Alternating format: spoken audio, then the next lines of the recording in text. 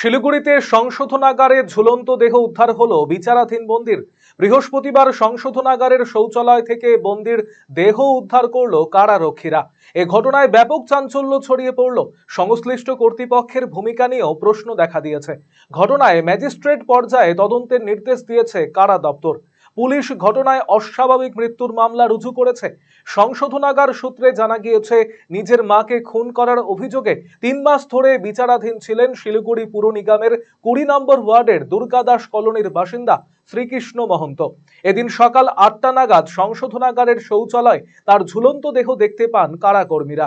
জানা গিয়েছে, দড়ি দিয়ে গলায় ফাঁস লাগানো অবস্থায় ঝুলছিল দেহ। কারা সূত্রে আরও জানা গিয়েছে, এর আগেও দুবার আত্মহত্যা করবার চেষ্টা করেছিল সে।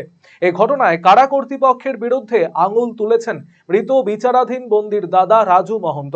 এদিকে গোটা ঘটনায় কারা কর্তৃপক্ষের ভূমিকা নিয়ে ইতিমধ্যেই প্রশ্ন উঠতে শুরু করেছে। ঘটনায় ম্যাজিস্ট্রেট পর্যায়ে তদন্তের নির্দেশ দিয়েছে রাজ্যের কারা দপ্তর। আমাকে ১-১.৫টার সময় অফিসার ফোন করলো, এক অফিসার বললো যে, শিবু তুমি কোনো কথা শুনছো? আমি বললাম কি না। বললো যে তোমার ভাই সুইসাইড করছে জেলে। আমি বললাম ঠিক আছে, আমি আসতেছি, আমার দিদিকে, আমার জামাইবুকে, গার্জেনকে তো বলতে হবে, তাদেরকে ডাকি নিয়ে আসতেছি। তো বলে তাড়াতাড়ি আসুন। আমি বললাম তাড়াতাড়ি কি, আমি ওদেরকে ফোনে পাচ্ছিলাম না, আমাদেরকে বাড়ি বাড়ি যেয়ে ডাকি নিয়ে আসি।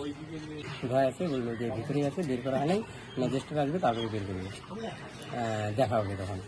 তো আমার কাছে কথা হলো একটাই যে এখানে ফাঁসিটা দিল কি করে, এটাই হলো কথা।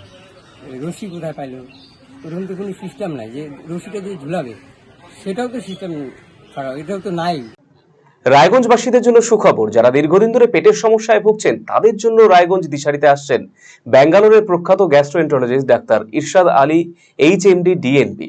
এখন থেকে প্রতি মাসে নির্দিষ্ট দিনে ডাক্তারবাবুকে দেখাতে আজই যোগাযোগ করুন দিশারি হেলথ কেয়ার, উকিলপাড়া, রায়গঞ্জ শাখায়। যোগাযোগ করুন 7477785509 এই নম্বরে এবং 7477785512 এই নম্বরে।